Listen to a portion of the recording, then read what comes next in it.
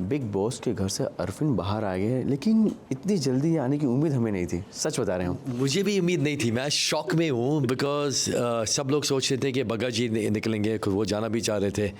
और जब मेरा इविक्शन हुआ, लाइक आई वाज शॉक, तो पूरा घर शॉक में था। सब अनफॉर्चुनेटली मुझे नहीं मालूम है मुझे क्यों निकाला, मैं तो कुछ कर रहा था आई थिंक। बट अगर बात की जाए, आप और आपके वाइफ जो एक कहते हैं ना कि कोच हैं, बट इतनी जल्दी आप लोग बाहर आ जाएंगे इसकी उम्मीद हमने नहीं की थी। और जो हाल फिलहाल में लास्ट वीक में जो झगड़े हुए हैं सारा के, उसे देख के क्या लगता है आपको? जी फर्स्ट ऑफ ऑल मैं क्लियर करना चाहता हूँ कि सारा कोच नहीं है, सारा एक एक्टर है। अभी सिंघम की जो मूवी भी रिलीज है वो उसमें भी है। उसकी पूरी ज़िंदगी वो खाली कोचिंग करती है वुमेन के लिए, मतलब ऑन अ फ्री बेसिस। मैं एक कोच हूँ, तो वो जो टैग सारों को भी दिया हुआ है, इट्स वेरी अनफेयर बिकॉज जब भी वो कुछ गलत काम करके बोला वो ये कोच है, इसको नहीं आते हैं। और ये भी आपको मालूम होना चाहिए कि मैं एक ह्यूमन बीइंग हूँ और मेरा कोचिंग का और माइंड कोचिंग का कोई ताल्लुक नहीं है शो जीतने का। मैं वहाँ गया था आरफीन खान के पर्सनालिटी में, और मेरा जो बाकी लोग हैं, आप बग्गा जी को नहीं बोलते ये पॉलिटिकल कैंडिडेट है, ये एक्टर है, ये वो है। रजत के बारे में आप ये नहीं बोलते कि ये वो है।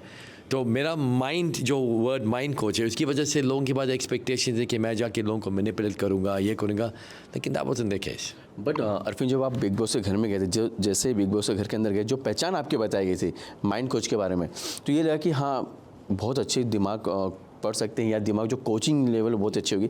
बट जो घर के अंदर हाल फिलहाल में झगड़े हुए हैं, उसको देख के कहीं ना कहीं बाहर के लोगों को क्या लगेगा? आप हर किसी को तो एक्सप्लेनेशन दे नहीं सकते हैं, Agreed. फर्स्ट। बट वो जो बाहर के, उसमें आपको क्या कुछ नुकसान हो सकता है? तो कौन से झगड़े की बात कर रहे हैं आप? जो सारा के साथ जो झगड़ा हो। Yes yes. हाँ सी, मैं इसके बारे में बहुत बातचीत हो रही है बिकॉज अभी लेटेस्ट चीज़ है। लेकिन अगर मैं वो वीडियो देखूँ, मुझे भी लगेगा ओ माय गॉड ये लड़की पागल हो गई है। लेकिन अगर आप उसका प्रीवियस कॉन्टेक्स्ट देखोगे, वो कॉन्टेक्स्ट नहीं बताया जाता। As far as I know, मैंने शो नहीं देखा अभी तक, कि उसको 3 दिन पहले जो बातें बोली, उसको इनडायरेक्टली डॉग बोला है, इनडायरेक्टली चुड़ैल बोला है, चाहत के साथ लिंक किया हुआ है, क्या क्या चीज़ें उन लोगों ने बोली है वो नहीं बताया। और पति पत्नियों वो के बारे में इतना हलचल मची है। लेकिन ईशा ने 2-3 दिन पहले मेरे बारे में बोला कि मैं मेरे साथ छात के साथ चक्कर चल रही, लाइक माय लिटिल सिस्टर, वो उसके बारे में नहीं बोला। तो ये बिल्डअप हुआ था। फिर फाइनली विपिन दिसेना ने वो स्टाफ की टास्क में देखा भी नहीं था कि सारा ने हाथ रखा था या नहीं, लोगों से पूछ के डिसीजन लेकर वो पहले से डिसाइड कर लिया था कि वो नहीं करते। तो उसका शी वेंट क्रेजी बिकॉज सारा और विपिन का रिलेशनशिप इज़ वेरी गुड, वो था वेरी गुड।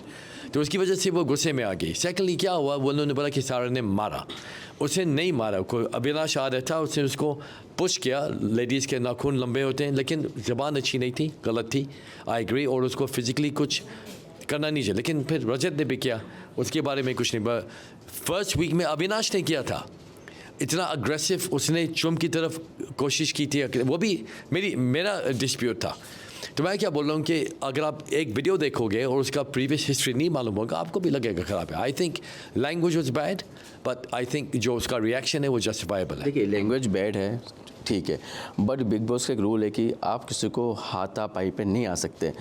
अविनाश को उन्होंने ढकेला, लेकिन ईशा के जो बाल, जो उसने ईशा ने बोला है मेरे बाल खींचा, झूठ, absolute lie. First of all Isha is manipulator, वो बहुत स्लाई है।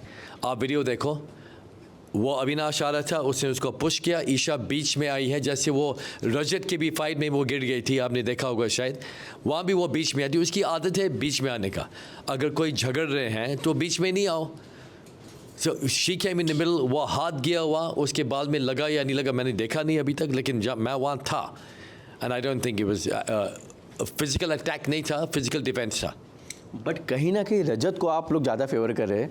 बट रजत को क्यों, मुझे ये जानना है। फर्स्ट ऑफ ऑल, रजत एक क्रिमिनल है, ठीक है। मैंने ये भी सुना मतलब कि क्रिमिनल है तो क्या हुआ, उसको भी सुधरने का मौका देना चाहिए। बट एक बार मौका दे, 2 बार 3 बार, कितने केसेस हैं? तो आपको क्या लगता है कि ऐसे व्यक्ति को बिग बॉस जीतना चाहिए? फर्स्ट ऑफ ऑल आप बोलें विवेक वो क्रिमिनल है। Yes. क्रिमिनल का मतलब क्या है? कन्विक्टेड क्रिमिनल और केसेस हैं। अगर केसेस हैं तो he is not convicted criminal, he is a potentially convicted criminal. जब वो केसेस उसको क्रिमिनल बनाएंगे तो हम बोल सकते हैं वो क्रिमिनल है। सो वो उसके केसेस हैं। नंबर 2 कि अगर उसके पास केसेस हैं और अगर आपने उसका ट्रांसफॉर्मेशन देखा, इसका मतलब जितने भी लोग हैं दुनिया में जिनके पास कोई क्रिमिनल कन्विक्शन है, जो उनके पास है as far as I am aware, वो केसेस हैं, वो ज़िंदगी भर आप उसका नाम खराब रखो।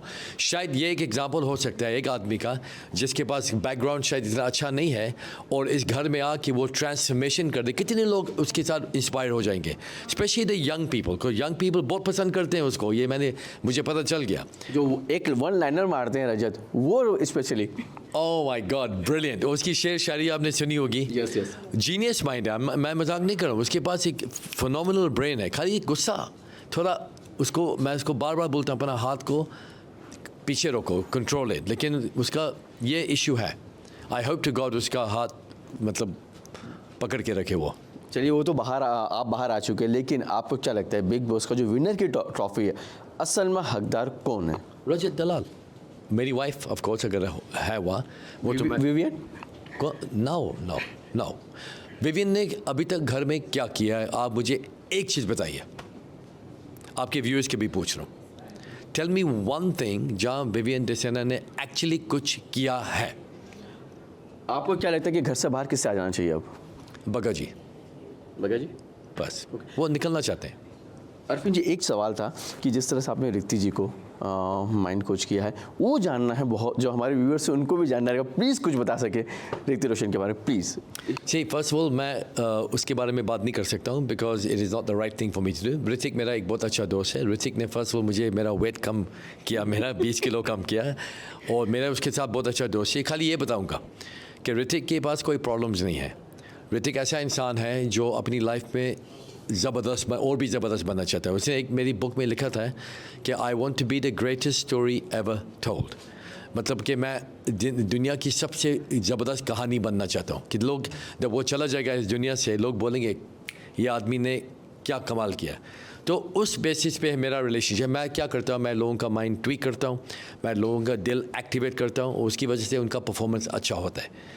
तो ये मैं बता सकता हूँ आपको। एक लास्ट क्वेश्चन मेरा, बिग बॉस के घर के अंदर जो भी एक बोलते हैं ना कि सेलिब्रिटी गए हैं, टीवी एक्टर है, कहीं ना कहीं रिप्रेजेंट किया लोगों को, बट जो घर के अंदर जो एक छोटी छोटी चीज़ें एक दूसरे पर लाछन उड़ाना, जैसे आपने कहा पति पत्नी और जिस तरह से हाल फिलहाल अविनाश ने चाहत के बारे में कहा था, आपको लगता है कि ये एक नेशनल टेलीविज़न पे अच्छा लगता है इस तरह से बातें करना?